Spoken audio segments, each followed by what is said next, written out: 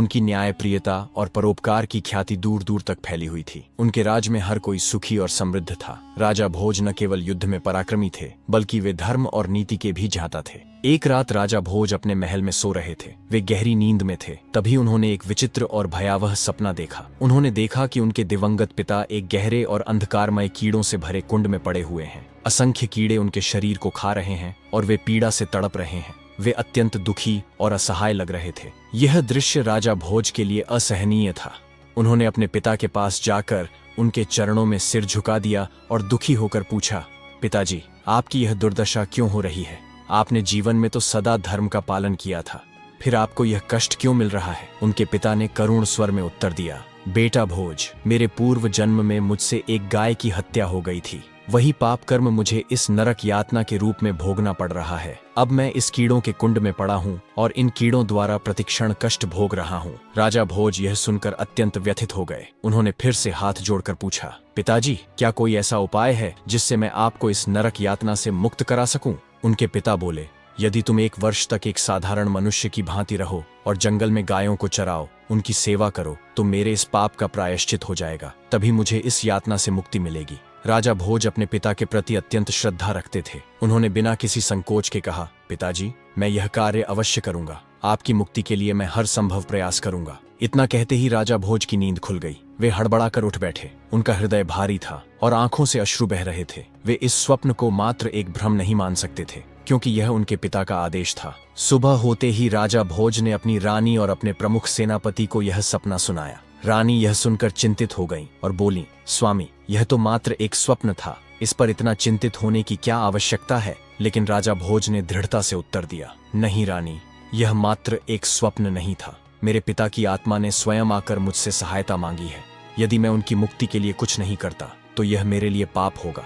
मैं अपने राज्य को छोड़कर 1 वर्ष के लिए साधारण मनुष्य बनकर गायों की सेवा करूंगा, जिससे मेरे पिता को मोक्ष प्राप्त हो सके।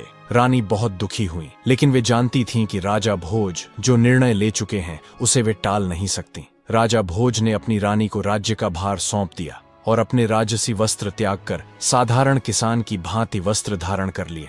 वे बिना किसी सवारी के पैदल ही अपने सफर पर निकल पड़े। राजा भोज पैदल चलते चलते दूर एक छोटे से गांव पहुंचे। वहां उन्होंने देखा कि लोग अपने अपने काम में व्यस्त थे। वे एक पेड़ के नीचे बैठ गए और वहां के लोगों से बोले, क्या यहाँ किसी को बिना किसी पैसे के गाय चराने वाले आदमी की आवश्यकता है? यदि हाँ, तो मैं इस कार्य के लिए तैयार हूँ। गांव वालों ने आपस में विचार किया और उन्हें यह कार्य सौंप दिया। अब राजा भोज का नाम भोजिया पड़ गया। राजा भोज प्रतिदिन सुबह गायों को जंगल में चराने ले जाते और शाम को उन्हें वापस गांव में लाते। बदले में गांव वाले बारी बारी से उन्हें अपने घर भोजन कराते। कुछ दिनों बाद गांव में एक बच्चे का जन्म हुआ।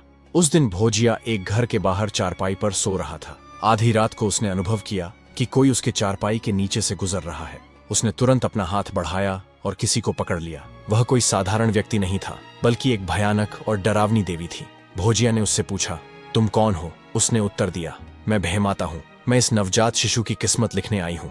भोजिया ने कहा, मैं तुम्हें तभी जाने दूंगा जब तुम लौटकर बताओगी कि तुमने इस बच्चे के भाग्य में क्या लिखा है। भयमाता ने कुछ देर सोचा और फिर सहमत हो गई। कुछ समय बाद वह वापस आई और बोली, इस बालक का भविष्य उज्जवल है। यह महान विद्वान और धनवान बनेगा, लेकिन इसके जीवन में 2 गंभीर संकट आएंगे। भोजिया ने पूछा, वे संकट क्या हैं? भयमाता बोली, पहला संकट तब आएगा जब इसकी शादी होगी। शादी के समय मंडप की छत गिर जाएगी और यह खतरे में पड़ जाएगा। दूसरा संकट तब आएगा जब यह विवाह के बाद पहली बार भिक्षा के लिए कटोरा उठाएगा। उस कटोरे में एक विषैला सांप होगा जो इसे डस लेगा। यदि यह दोनों संकटों से बच गया तो यह अत्यंत समृद्ध और महान व्यक्ति बनेगा। यह कहकर भयमाता वहां से चली गई। भोजिया अपनी गायों को चराते रहा। 1 वर्ष पूरा होने के बाद वे एक वृक्ष के नीचे बैठा सोच रहा था कि क्या उनके पिता की आत्मा की मुक्ति हो गई होगी या नहीं। तभी एक गाय प्यास से व्याकुल होकर जोर जोर से रंभाने लगी। भोजिया ने उसे पानी पिलाने के लिए कुएं के पास ले गया। जैसे ही उसने गाय के बछड़े को गोद में उठाया, वह बछड़ा कुएं में गिर गया। भोजिया स्तब्ध रह गया। उसे लगा कि अब उनके पिता की तरह उसे भी किसी दंड का भागी बनना पड़ेगा। किंतु तभी बछड़ा कुएं से जीवित बाहर आ गया। भोजिया आश्चर्यचकित रह गया। गाय ने पूछा, बेटा, तू कहाँ चला गया था? बछड़े ने उत्तर दिया, माँ, मैं राजा भोज के पिता की आत्मा को कीड़ों के कुंड से मुक्त कराने गया था। अब वे मुक्त हो चुके हैं। यह सुनकर भोजिया ने राहत की सांस ली। अब राजा भोज को लगा कि उनका कार्य पूर्ण हो चुका है। उन्होंने गांव वालों से विदा ली। उस नवजात बालक के माता पिता से कहा, जब इस बालक का विवाह तय हो तो मुझे अवश्य बुलाना। इसके बाद वे अपने राज्य की ओर चल पड़े। इस बीच उनकी रानी ने कुछ सैनिकों को उन्हें खोजने के लिए भेजा था। वे सैनिक उन्हें रास्ते में मिले और उन्हें महल में वापस ले आए। 25 वर्षों के बाद कुछ गांव वाले राजा भोज के राज्य में आए और भोजिया को ढूंढने लगे। उन्होंने पूरे राज्य में सभी को पूछा कि भोजिया को देखा है, क्या यहाँ पर एक भोजिया ग्वाला रहता है। उन्हें नहीं पता था कि भोजिया ही राजा भोज हैं। राजा भोज वहां से निकल रहे थे, तब उनकी नजर उन गांव वालों पर पड़ी तो राजा भोज ने उन सबको पहचान लिया और सिपाहियों को बोला, इन्हें सम्मान के साथ महल में लेकर आओ। राजा भोज ने उन्हें महल में बुलवाया और ससम्मान सत्कार किया।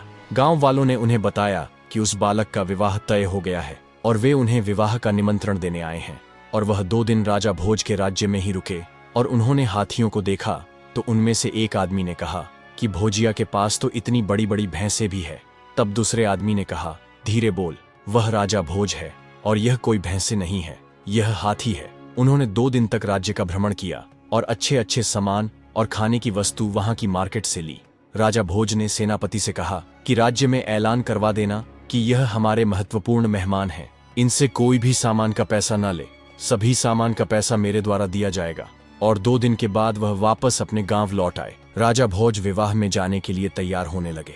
तभी महारानी ने उनसे कहा कि आप अकेले मत जाओ, कुछ योद्धाओं को लेकर जाओ। तब राजा ने कहा, वहां कोई दिक्कत वाली बात नहीं है, वहां सब भोले और सीधे इंसान रहते हैं, वहां मुझे किसी चीज का खतरा नहीं है। और यह कहकर वह अपने वस्त्र पहनकर सफेद घोड़े पर बैठकर गांव की ओर जाने लगे। गांव पहुंचने पर सभी लोगों को पता चला कि यह भोजिया नहीं, राजा भोज है। तो सभी ने उनका स्वागत किया और उन्हें बैठने के लिए अच्छा स्थान दिया। और फिर राजा भोज विवाह में पहुंचे और उन्होंने वर के पिता से कहा, शादी घर के अंदर मत करना, इसे बाहर खुले आंगन में करो और मंडप की छत फूलों से बनाओ। गांव वालों ने ऐसा ही किया। जब विवाह संपन्न हो रहा था तो अचानक फूलों की छत गिर गई, किंतु उसकी वजह से किसी को चोट नहीं आई। इसके बाद जब वर पहली बार कटोरा उठाने जा रहा था, राजा भोज ने उसे रोक दिया और स्वयं कटोरा उठाया। उसमें से एक विशाल काला सांप निकला जो लड़के को डसने ही वाला था कि राजा भोज ने अपनी तलवार से उसे मार डाला और कहा कि इसे दूर ले जाकर जला देना और इसको जमीन में दफना देना। और फिर वर वधू ने राजा भोज से आशीर्वाद लिया और राजा भोज ने उन्हें अपने हीरे मोतियों की माला आशीर्वाद स्वरूप भेंट की। इस प्रकार राजा भोज ने उस युवक को दोनों संकटों से बचा लिया और उसका भाग्य बदल दिया। राजा भोज फिर उन गायों से भी मिले जिन्हें वह चराते थे और फिर वह अपने घोड़े को लेकर अपने राज्य की ओर आने लगे। और कुछ ही दिनों में राजा भोज पुनः अपने राज्य लौट आए और प्रजा के हित में शासन करने लगे। उनका पराक्रम, धर्मपरायणता और न्यायप्रियता युगों युगों तक स्मरणीय बनी रही। यदि कहानी अच्छी लगी तो अपने विचार कमेंट में जरूर बताइए।